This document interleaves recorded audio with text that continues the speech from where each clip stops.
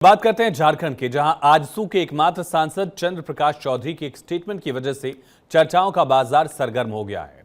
कहा जा रहा है कि वो मंत्री न बनाए जाने से नाराज हैं और उनकी इसी नाराजगी में एक तरफ जहां कांग्रेस अपने लिए मौका तलाश रही है, वहीं बीजेपी कह रही है सब कुछ चंगा सी। झारखंड की सियासत पर एक खास रिपोर्ट देखिए।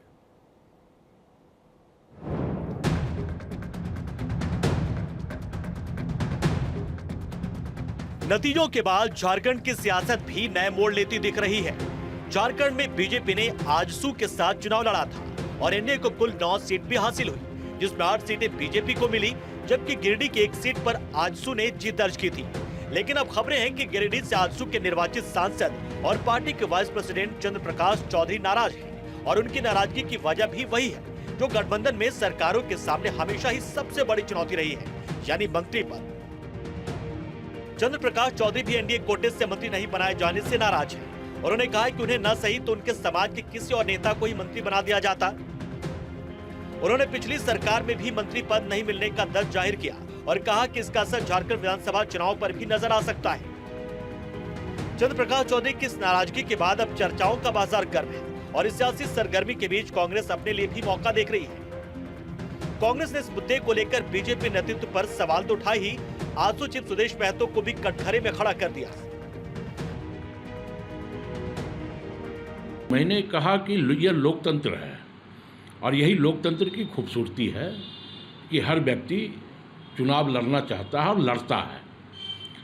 ये भारत की खूबसूरती है। हमें लगता है कि किसी के वोट में गिरावट आने से वो मंत्री ना बने, ऐसा नहीं है। जीतन राम मांझी कौन सा 20 लाख वोट से जीत गए, वो भी अकेले सांसद हैं, वो भी कम वोटों से जीते हैं, लेकिन उन्हें कैबिनेट में जगह मिला। तो ये तो सुदेश जी को बताना चाहिए कि क्यों नहीं आपने कैबिनेट में जगह ली। हालांकि बीजेपी इन चर्चाओं को सिरे से नकार रही है। बीजेपी ने झारखंड और एनडीए में सब कुछ ठीक होने का दावा तो किया ही, विधानसभा चुनाव में एनडीए की जीत का दावा भी कर दिया। तो हमारा नैसर्गिक पार्टनर है और हम लोग बिल्कुल अटूट बंधन है। हमारे सामने बड़ा चैलेंज है इस निकम्मी और भ्रष्ट सरकार को, जो इस वर्ष के अंत में चुनाव होने वाला है उसमें उखाड़ फेंकने का। हम बिल्कुल एक होकर लड़ेंगे और प्रधानमंत्री जी का विशेष अधिकार होता है वो भूमिका तय करना, कैबिनेट में किसकी क्या भूमिका होती है। और कोई नाराज़गी नहीं है साहब। मैंने भी चंद्र प्रकाश जी का कई इंटरव्यू देखा। देखिए, हर एक व्यक्ति की इच्छा होती है कि वो ज़्यादा बड़े पद पर रहकर जनता की सेवा कर सके और वो नहीं पूरा होने पर थोड़े समय के लिए मन विचलित होता है। झारखंड में इसी साल के अंत में विधानसभा के चुनाव होने हैं और प्रदेश में जिस तरह के सियासी हालात हैं उसे देखते हुए बीजेपी यहाँ एक बार फिर से सत्ता में वापसी की उम्मीद लगाए है। लेकिन आजसू सांसद चंद्र प्रकाश चौधरी की नाराजगी में कांग्रेस भी अपने लिए मौका तलाश रही है और इसलिए झारखंड में मंत्री पद को लेकर सियासी सरगर्मियां तेज हैं। आजसू से सांसद चंद्र प्रकाश चौधरी का नाम इन दिनों सुर्खियों में बना हुआ है। सुर्खियों में बनने के कारण उनको मंत्रिमंडल में जगह नहीं मिलना। प्रधानमंत्री के टी पार्टी में चंद्र प्रकाश चौधरी का नाम सामने आया था और टी पार्टी में सम्मिलित भी हुए थे।